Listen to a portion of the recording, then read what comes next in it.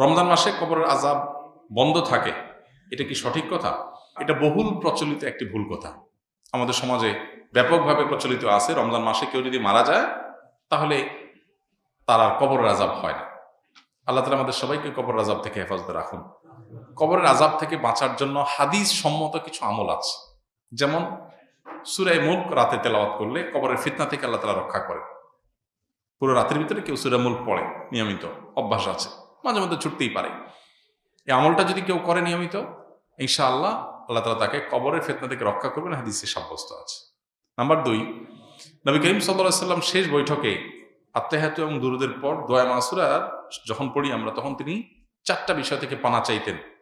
এটা দোয়া মাসুরার জায়গাতে আল্লাহুম্মা ইন্নী যালামতু নাফসি পড়েন, পাশাপাশি এটা অথবা কখনো এটার বদলে এটা আপনি পড়তে পারেন। দোয়াটা হলো আল্লাহুম্মা ইন্নী আউযু বিকা মিন আযাবি জাহান্নাম ওয়া মিন আযাবিল কবর ওয়া আউযু বিকা মিন ফিতনাতিল মাহইয়া ওয়াল মামাত ওয়া আউযু বিকা মিন শাররি ফিতনাতিল মাসিহিদ দাজ্জাল। এই যে এখানে জাহান্নাম থেকে এবং কবরের আযাব থেকে পানা চাওয়া হয়েছে। অতএব শেষ বৈঠকে আল্লাহর কাছে দোয়া করেন। আর বিশেষ করে কবরের আযাব যেসব বিষয়ে হয়, যেমন চগলখুরি করে বেড়ানো, পেশাব থেকে ভালো করে পবিত্র না হওয়া, এগুলো কবরের আযাবের সুনির্দিষ্ট কারণ হাদিসে এগুলোকে চিহ্নিত করা হয়েছে। অতএব এগুলোর ব্যাপারে সতর্ক থাকা, এগুলো থেকে বেঁচে থাকার চেষ্টা করা, ইনশাআল্লাহ এই প্রক্রিয়ার মধ্য দিয়ে আমরা কবর আযাব থেকে আল্লাহর কাছে পানা চাইতে পারি। বাকি রমজান মাসে মারা গেলেই কবর আযাব অটোমেটিক বন্ধ এমন না। কেউ যদি খারাপ মানুষ, ফাসিক মানুষ, ওই অবস্থায় তার মৃত্যু হয় রমজানে, তাহলে তার আযাব হতে পারে। কেউ যদি নেককার হয়ে অন্য কোনো মাসেও মারা যায়, তবে কবর আযাব নাও হতে পারে। কবর আযাব হওয়া না হওয়ার সাথে রমজানের সম্পর্ক নেই, সম্পর্ক হলো কিসের? আমলের। কবর আযাব না হওয়ার বন্দোবস্ত দুনিয়া থেকে আপনি করে গেলেন কিনা, এটার সাথে সম্পর্ক। সালাম দিলে 90 নেকি এবং উত্তর দিলে 10 নেকি, কথাটা সহি কিনা? এটাও বহুল প্রচলিত একটি গায়রে সহি কথা। সালাম দিলে 90 নেকি, সালামের উত্তর দিলে 10 নেকি, এরকম এইভাবে কোনো হাদিসে বিশুদ্ধভাবে সাব্যস্ত হয়নি। যেটা আছে সেটা হলো, কেউ যদি আসসালামু আলাইকুম বলে তাহলে সে 10 নেকি পাবে, ওয়া রাহমাতুল্লাহ যদি বলে আরো 10 নেকি যোগ হবে, ওয়া বারাকাতুহু বললে আরো 10 নেকি যোগ হবে, তাহলে মোট কত হলো?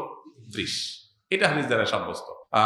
দিলে 90 আর নিলে 10, এটা কোনো বিশুদ্ধ হাদিস দ্বারা সাব্যস্ত না। তবে হ্যাঁ, এটা ঠিক যে সালাম নেওয়ার চাইতে সালাম যিনি দিচ্ছেন তার সওয়াব বেশি হবে, কারণ তিনি ভালো কাজের সূচনা করেছেন।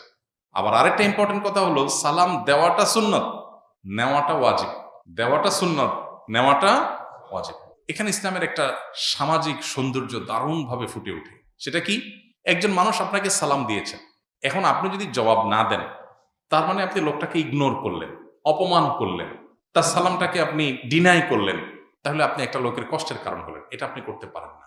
ইসলাম আপনাকে সামাজিক হতে বলেছে। তিনি যদি আসসালামু আলাইকুম বলেন, আপনি সৌজন্যতার খাতিরে ওয়ালাইকুম আসসালাম বলতেই হবে। হ্যাঁ, আপনি কাউকে সালাম দেন নাই, আপনি গুনাহগার না। কেউ দিয়েছে, আপনার এখন সৌজন্যতা রক্ষা করতে হবে। কেউ হাঁচি দেওয়ার পর আলহামদুলিল্লাহ বলেছে, আপনি শুনেছেন, তাহলে আপনার উপর ওয়াজিব ইয়ারহামুকাল্লাহ আপনাকে বলতে হবে। এটা মিন হাক্কিল মুসলিম এবং ইমানের ৭৭ শাখার একটা, যে হাসি দিয়েছে, আলহামদুলিল্লাহ বলেছে, আপনি শুনেছেন, তাহলে জবাব দিবেন। কেন? কারণ লোকটা হাসি দিয়ে যখন আলহামদুলিল্লাহ বলল এবং আপনি শুনতে পেয়েছেন, তাহলে সেক্ষেত্রে আপনি রিপ্লাই করার অপশন যেহেতু আছে, রিপ্লাই যদি না করেন, ব্যাপারটা হলো আপনি অসৌজন্যতামূলক আচরণ করলেন, তাকে আপনি ইগনোর করলেন, অপমানিত করলেন। এটা করতে পারেন না। এই জন্য কারোর সাথে দেখা হলে হাসি মুখে কথা বলতে বলা হয়েছে। হাসি মুখে কথা না বলে মানে আপনি তার দ্বারা বিরক্ত হতে পারেন। হাসি মুখে কথা বললে পজিটিভ অ্যাপ্রোচে কথা বললেন। ইসলামের যে সামাজিক সৌন্দর্য আছে, এখনকার পৃথিবীর মানুষ ভদ্র হয়েছে কয়দিন আগে, কয় বছর আগে। ইসলাম 1450 বছর আগে এগুলো শিখেছে আমাদেরকে। এখন বলে মে আই কামিং স্যার, আমি আসতে পারি? আল্লাহ কোরআনে 1400-1500 বছর আগে শিখেছেন এই জিনিসটা, যে তোমরা কারোর বাসায়, কারোর কক্ষে প্রবেশ করার আগে অনুমতি নাও, অনুমতি দিলে ঢোকো, আর না হলে ফেরত যাও। ইসলামের চাইতে আধুনিক ইসলামের চাইতে বেশি সৌজন্যতা বোধ আর কোথাও কোনো সমাজে কোনো কিছুতেই নাই। অতএব যে ইসলাম পালন করবে তার ভিতরে তার সবে আছে, আর যার ইসলাম নাই তার হয়তো কিছু থাকতে পারে, আরেকটা নেই, তার দুনিয়া আছে আখিরাত নেই। আর আমরা তো আল্লাহর কাছে দোয়া করব, রব্বানা আতিনা ফিদ দুনিয়া হাসানা ওয়া ফিল আখিরাতি হাসানা। আমাদের বাবা ঢাকা নবাবপুরে বিশিষ্ট ব্যবসায়ী। আমি মাদ্রাসায় পড়তাম। আমার স্মৃতিশক্তি কম থাকায় 2 বছর পরও পরীক্ষা দিতে পারিনি, তাই এখন পড়াশোনা ছেড়ে বাবার ব্যবসায় সহযোগিতা করছি।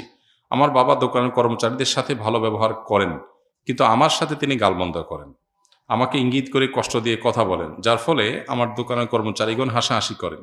এতে আমি কষ্ট পাই। এক্ষেত্রে আমার বাবার উদ্দেশ্যে কিছু বলুন।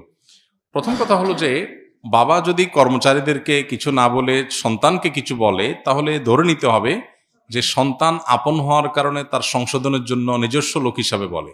আরেকজনের সন্তানকে আরেকজনের বা ভাইকে, ব্রাদারকে, অন্য ঘরের মানুষকে শাসন করতে ইতস্তত বোধ করেন, কিন্তু নিজের সন্তানকে শাসন করেন। যে অনেক সময় দেখা যায় যে নিজের সন্তানকে বেশি শাসন করা হয়, এটা স্বাভাবিক। যিনি প্রশ্ন করেছেন তাকে বলতে চাই, আপনার বাবা আপনাকে একটু বেশি শাসন করেন, দোকানের অন্য কর্মচারীদেরকে শাসন করেন না। এটা আপনি ঘরের লোক হওয়ার কারণে।